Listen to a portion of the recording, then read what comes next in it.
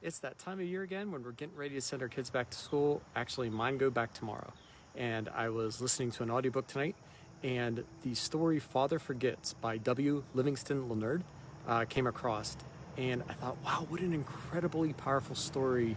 And the timing couldn't be more perfect to remind me of expectations and things that come from each of my kids as individuals and then me as a collective. So I wanted to give that a read for everybody. I apologize. This is going to be a multi-part video. Father Forgets by Livingston Larned. Listen, son, I am saying this as you lie asleep, one little paw crumpled under your cheek, and the blonde curls sticky wet to your damp forehead. I have stolen into your room alone. Just a few minutes ago, as I sat reading my paper in the library, a stifling wave of remorse swept over me. Guiltily, I came to your bedside. There are things I was thinking, son. I had been cross to you. I scolded you as you were dressing for school because you gave your face merely a dab with a towel. I took you to task for not cleaning your shoes. I called out angrily when you threw some of your things on the floor. At breakfast, I found fault too. You spilled things. You gulped down your food. You put your elbows on the table. You spread your butter too thick on your bread. And as you started off to play and I made for my train, you turned and waved a hand and called, "Goodbye, Daddy." And I frowned and said in reply, "Hold your shoulders back." Then it began all over again in the afternoon. As I came up the road, I spied you, down on your knees, playing marbles. There were holes in your stockings. I humiliated you before your boyfriends by marching you ahead of me to the house. Stockings were expensive, and if you had to buy them, you would be more careful. Imagine that, son, from a father. Do you remember later, when I was reading in the library, how you came in timidly with a sort of hurt look in your eyes?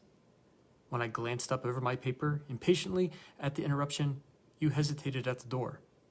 "What is it you want?" I snapped. You said nothing, but ran across in one tempestuous plunge and threw your arms around my neck and kissed me. And your small arms tightened with an affection that God had sent blooming in your heart, and which even neglect could not wither. And then you were gone, pattering up the stairs. Well, son, it was shortly afterward that my paper slipped from my hands and a terrible, sickening fear came over me. What has habit been doing to me? The habit of finding fault, of reprimanding. This was my reward for you being a boy? It was not that I did not love you. It was that I expected too much of youth. I was measuring you by the yardstick of my own years. And there was so much that was good and fine and true in your character. The little heart of you was as big as the dawn itself over the wide hills. This was shown by your spontaneous impulse to rush in and kiss me goodnight.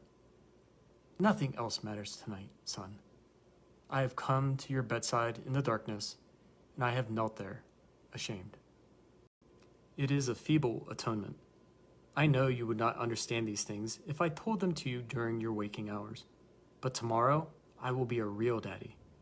I will chum with you and suffer when you suffer and laugh when you laugh. I will bite my tongue when impatient words come. I will keep saying, as if it is a ritual, he is nothing but a boy, a little boy. I'm afraid I have visualized you as a man. Yet, as I see you now, son, crumpled and weary in your cot, I see that you are still a baby. Yesterday, you were in your mother's arms, your head on her shoulder. I have asked too much, too much.